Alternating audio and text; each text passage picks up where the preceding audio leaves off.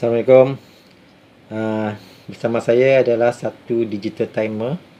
Okay, hari ini saya akan buat satu demo macam mana nak buat setting untuk jadual-jadual penyiraman ke atas tanaman fertigasi kita. Okay, timer ni perlu di-charge dulu selama 8 jam sebelum digunakan. Tapi untuk hari ini saya akan buat demo. Tuan-tuan dan perempuan perlu charge selama 8 ke 10 minit agar bateri dalamnya dapat digunakan. Okay, pertama kali terdapat satu button master clear di mana tuan-tuan dan perempuan kena gunakan satu benda tajam umpama seperti pen untuk buat satu resetting di mana dia akan clearkan semua information yang terdapat dalam timer ni. Okay, ada terdapat 8 button.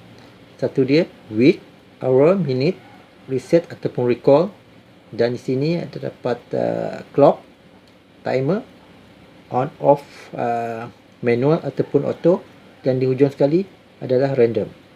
Okey, bagi tujuan setting masa, kita pertama kali kita kena buat satu setting hari dulu. Okey, untuk tujuan itu tuan-tuan kena tekan button clock serentak sekali dengan week. Okey, week ni kita tekan serentak dengan clock, akan terdapat dalam sini ada hari yang tuan boleh set. Contohnya hari ini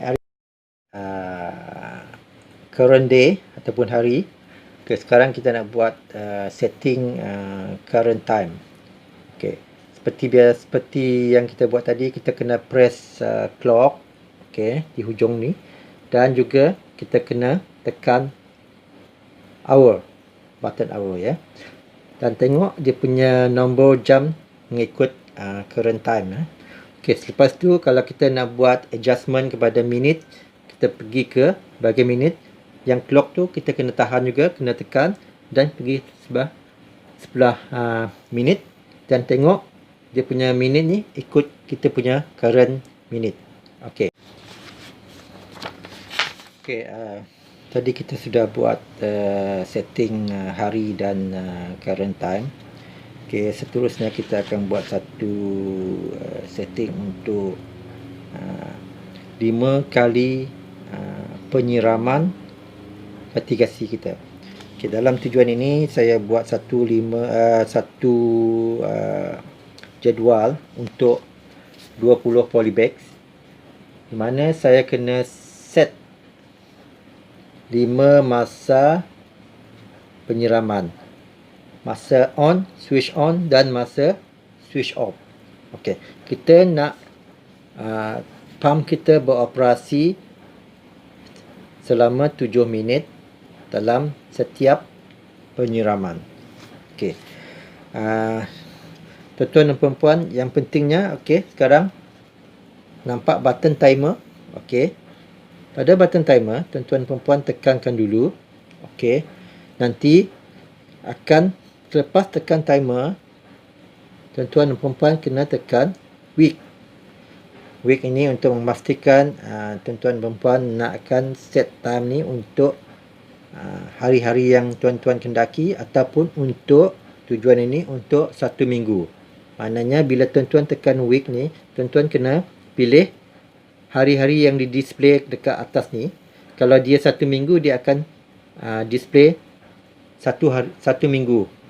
Okey, selepas display 1 minggu, tuan-tuan akan nampak set 1 on. Maknanya on tu adalah kita set masa untuk timer switch on power water pump kita. Katakan untuk pertama saya akan setkan pukul 8 pagi, and then tutup off pukul 8.07. Okey, kita tekan hour, button hour kepada 8 pagi. Okey, selesai tekan hour 8 pagi, itu adalah untuk switch on. Tekan lagi satu timer, tekan lagi sekali timer, akan terbentang lagi hari. Okey, tuan-tuan kena tekan week untuk memilih untuk 1 minggu. Selesai saja 1 minggu, tuan-tuan dan puan-puan kena tekan hour kepada 8:07 minit. Maknanya timer akan berhenti pada pukul 8:07 dan pump akan pun berhenti pada pukul 8:07. Selama 7 minit pump menyiram air kepada tanaman aplikasi kita. Okey, untuk masa kedua adalah pukul 10 pagi. Kita kena ikut langkah tadi juga. Tekan timer, tekan week, tekan hour untuk switch on pukul 10 pagi. Lepas tu tekan lagi timer. Lepas tu tekan lagi week dan tekan lagi timer pukul 10:07. Okey. Begitulah seterusnya untuk set ketiga, keempat dan kelima. Tuan-tuan dan puan-puan kena ikut turutan langkah-langkah step yang saya tunjuk tadi agar ia tidak override kita punya setting. Okey. Selesai saja sampai langkah set kelima, tuan-tuan puan-puan kena tekan clock. Maknanya kita punya setting programming sudah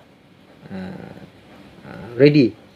Cumanya kita kena cek lagi dekat switch auto on manual ataupun auto.